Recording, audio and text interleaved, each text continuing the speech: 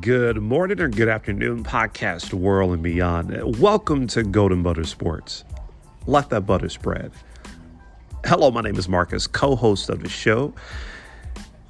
I'm here to give you guys a post-NBA 2023 draft and free agency analysis of mine, of our Dallas Mavericks. Why in the world?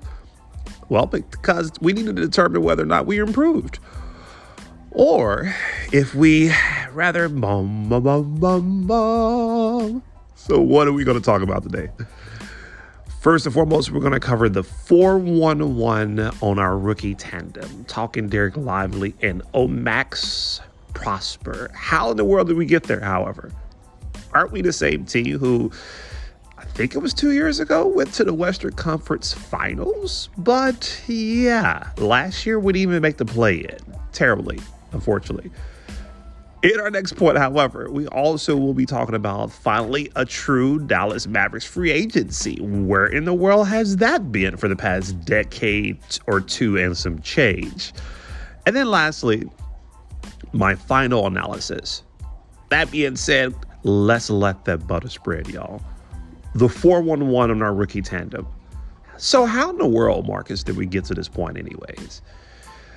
Well, after a putrid, and I do mean putrid, horrible, terrible into the season last year, aka Tankathon, of course, we ended up with the number 10 draft pick and a hefty fine as well.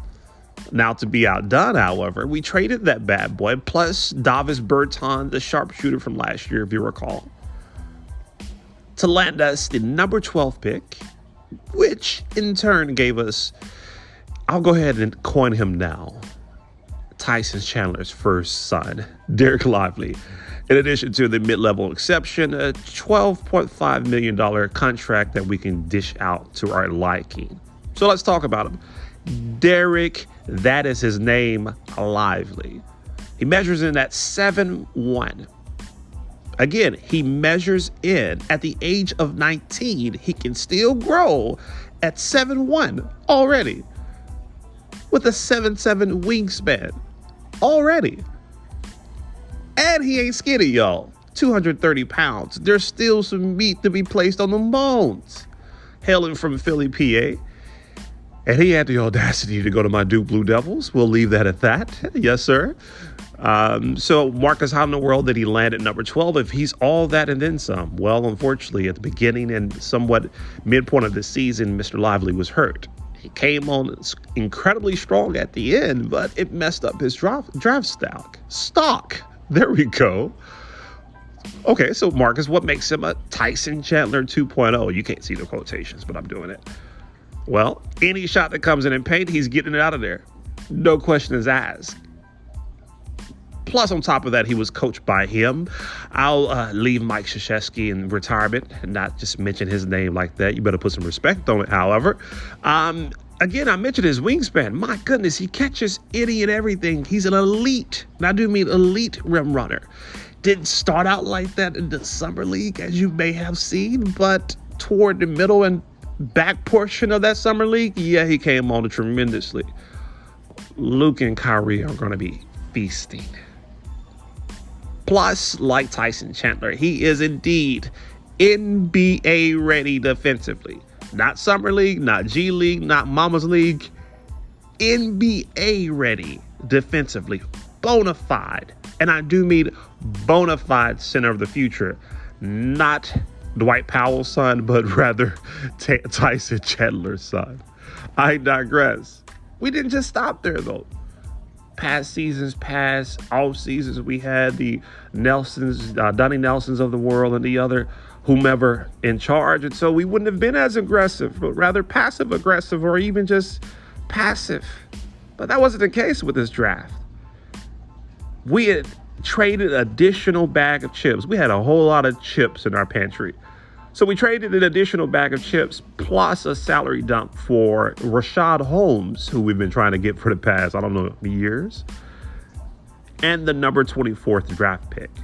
Okay, well, Marcus, the 24th draft pick is going to be nothing. Not everyone gets a Jokic in latter part of the round or the second round. Well, I'm not talking about Jokic. Obviously, he's not. But his name is Olivier Maxon Prosper. And when I tell you guys, he too is NBA ready, not this year, but last year. I'm not making that up. Like Lively, he is indeed lanky. 6'8" to be exact. Not 6'5", 6'7", but 8 at 230 pounds. He was 218 when he came out of college. He's already added some weight. The brother hails from Canada and also went to Marquette, just like our beloved Jay Crowder. So I said he's NBA ready last year. Am I just making that up, or is there some truth behind what I'm saying? There is some indeed truth behind what I'm saying. You may have already spotted this young man in the summer league. He does not play defensively. He intimidates with the best of them, and truthfully, and I do mean truthfully, guards 1 through 4. He's a turnkey version of Dodo. Seriously. As a matter of fact, Dodo wasn't even as polished as Omax is. He ain't lied, because I'm not. Top of that, he has the off-ball ability, but there is some cons there. He lacks a consistent shot. But seriously, both Lively and Prosper are exactly, and I do mean exactly, Nico Harrison, thank you so much, you rock, what our beloved Dallas Mavericks needed.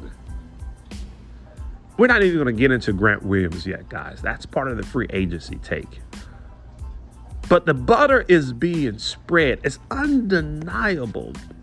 Why is it undeniable? Well, I mean, look at the significance of our draft class. When you see the voice kind of go up, I lose my deepness in my voice. I'm serious, y'all. Okay, Marcus, so what is the significance of our draft class? Well, I mean, right off the cuff, we've already covered it. Defense. They weren't shouting that or chanting that in the AAA center last year.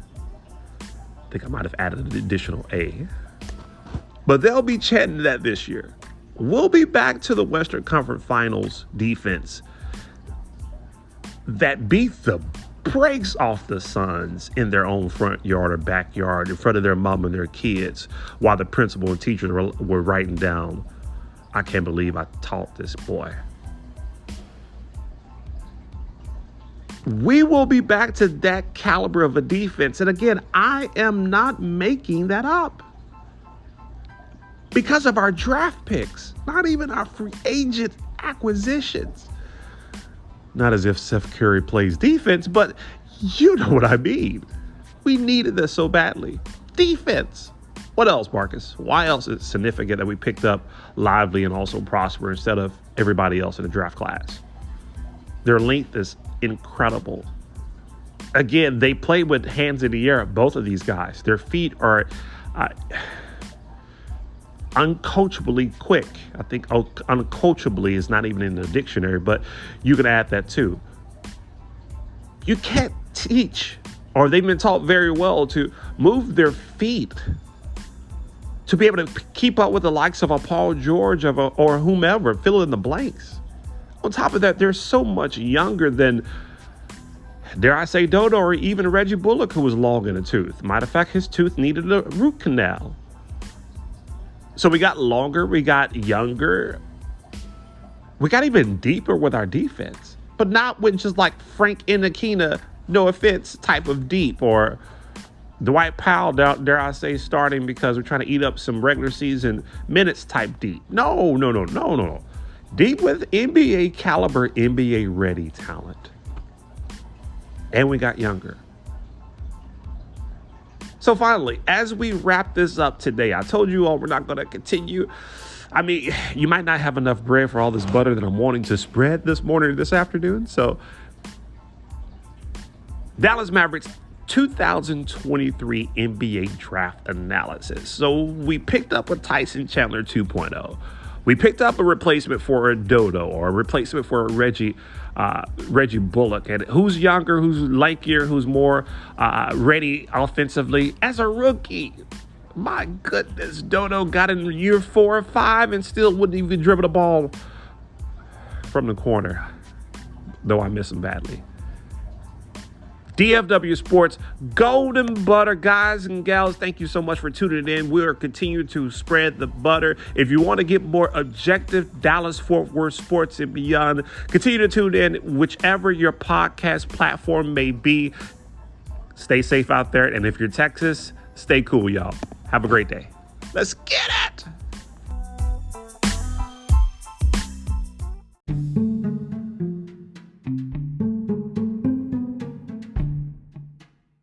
Hello and good morning. Hello, podcast world. This is Marcus, co-host of Golden Butter Sports.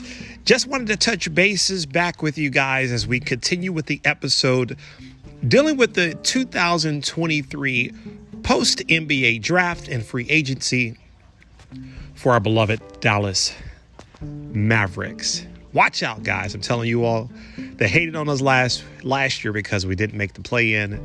But they better get their popcorn ready this year. Again, I hope and pray that all is well. Just a quick summary of what we talked about last week, or last time we recorded this particular episode. The last segment we dealt with looking at the 4-1-1 in our rookie tandem. And obviously, we kind of went back and gave us some deeper context about how in the world did we go from, indeed, the Western Conference Finals laughing at the Phoenix Suns to, not even close to the play-in. Literally take-a-thon at best. How in the world did we end up with a Tyson Chandler 2.0 in a.k.a. Mr. He went to Duke Blue Devils, Derek Lively, and also Olivier Maxone Prosper. Guys, if you have not checked out the tape on this young man, he is Dorian Finney-Smith and then some. Dodo without the offensive game. What do I mean? Well, frankly, Dodo's offensive game will never be on the level of Max Prosper. Just being frank and calling spades exactly what they are. Spades. So seriously, Nico Harrison was cooking in relation to our NBA draft. Well, Marcus, what about the offseason? You know, we are talking about our beloved Dallas Mavericks. And you know probably better than myself, we haven't always had the best off seasons. You know, not too many free agents want to darken the doors of a Dallas Mavericks for whatever reason. And again, for whatever reason. But yet, this year, finally, Mavericks fans, finally, a true Dallas Mavericks off-season free agency. So you may be asking, Marcus, what do you mean again by a true off-season? Well, again, I can't stress this enough. This has not been your average or, your top of the list free agent destination. And we haven't always been this aggressive, frankly, in free agency. More the opposite. More passive aggressive than anything. But that being said, I digress. Let's get into this point. First domino was the major domino, if you ask me. I mean, we lost JP. We lost Jalen Brunson for not even a bag of chips. We lost Spencer Dinwiddie for a now later. And so we had to do something. So indeed, our first major domino was re-signing your boy Kyrie Irving, 3 years, $126 million, guaranteed, and then some. Okay, well, Marcus, Kyrie Irving, he messed up the Cleveland Cavaliers. He left LeBron, and then he went to Boston for whatever reason and just almost utterly destroyed the Celtics. And then he went to Brooklyn and then blah, blah, blah. I understand all of that. But if we based our judgment strictly on what someone has done in the past, then who is anyone to speak, frankly? So what do we know about Kyrie on the court? Well, indeed, he is a bona fide scoring threat. No ifs, no ands, no buts about it. He's dominant, offensively speaking. People say, well, there's no way that Kyrie Irving and Luka Doncic can coincide or coexist. They're too ball dominant. That was a load of fried bologna without the crust.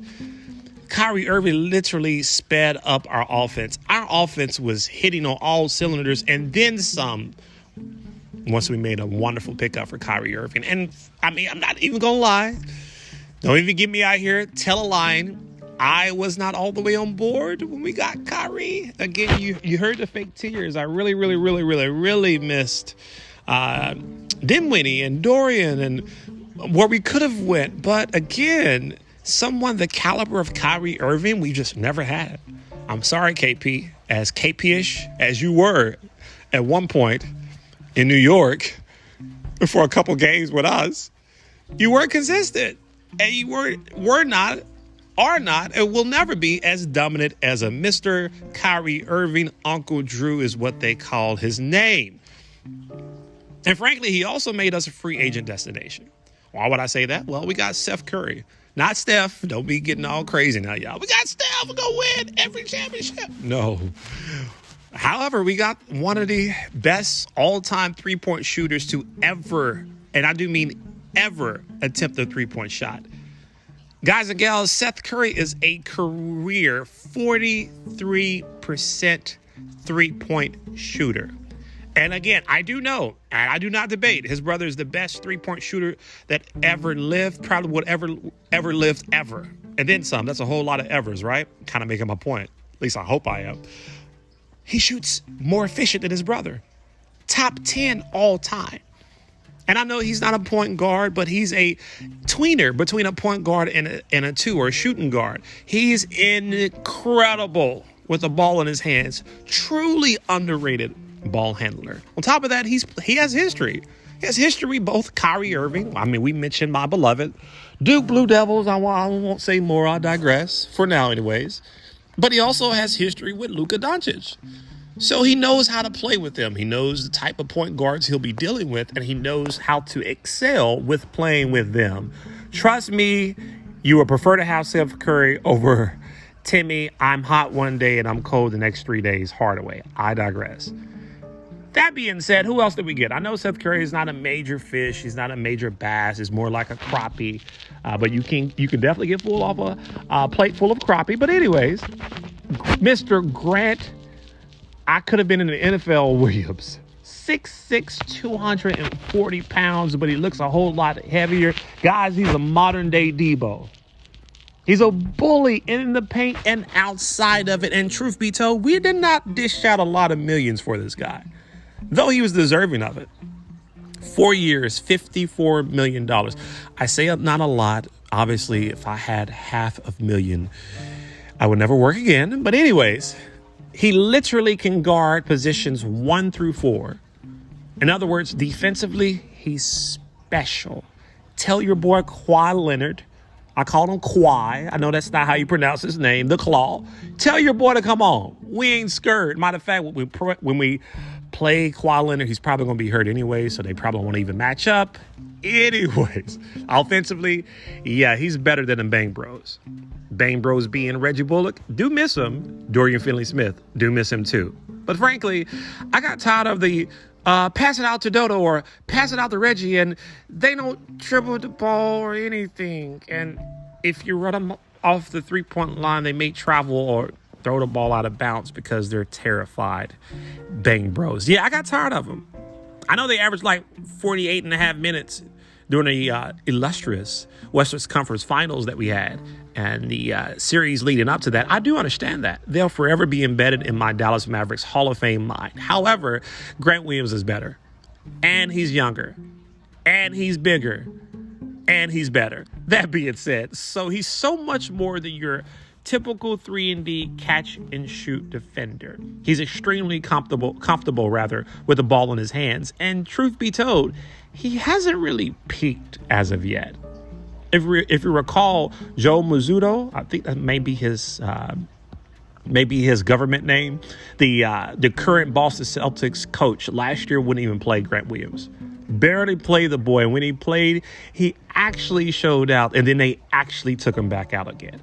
So he has not, again, peaked yet.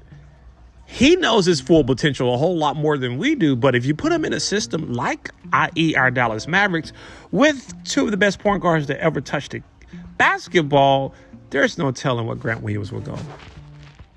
Again, tell Kawhi Leonard, keep pumping in his steroids. We're coming for him. Again, he's extremely comfortable with the ball in his hands. Indeed, the sky is the limit. Last but not least, Richaun Holmes. And I know, technically speaking, it wasn't free agency. I get it. You know, we used to claim those pickups as free agent acquisitions. We were so desperate. Yeah. But we got him via the trade. The same trade that gave us Omax Prosper. We appreciate you, Richaun Holmes. And if you recall, we've been trying to get this guy for like the past 2-3 years. But Indiana let go of Domantas Sabonis, and he went to Sacramento. Domantas Sabonis, if you know, the son of Arvydas Sabonis. Domantas Sabonis is a bona fide all-star. No offense to Richaun Holmes, but Richaun Holmes is not a Sabonis. So he's been riding the bench for the past 2 years. And he has a lot still left on the bones. I thought this is rather odd. I pictured him to be a lot taller, but he's literally only 6'9". He's 235. He plays a lot bigger than his size indicates. And he's a little bit better than Dwight Powell. So I'll take that all day, any day. I love you, Dwight Powell. Old Canada, all that great stuff. Appreciate you. You're a seasoned all-star.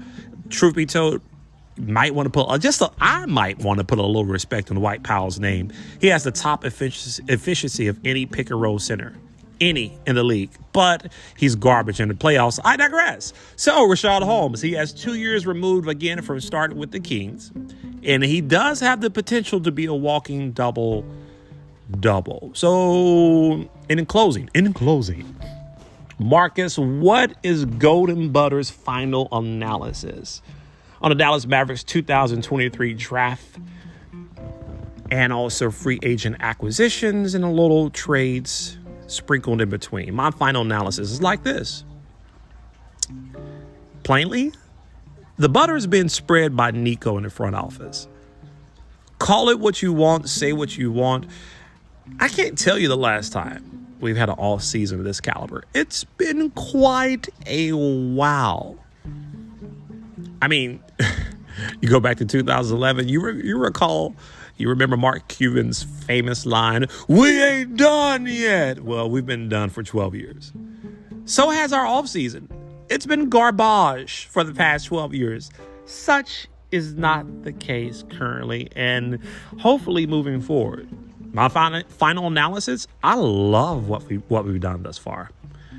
I love where we're headed. We do need a center. I do understand we're looking for a center, but we do need a starting caliber center. And dare I say, we may be able to make it back to the Western Conference Finals. So as we recap the highlights from our previous segment, we talked about the obvious, the 4-1-1 on our rookie tandem.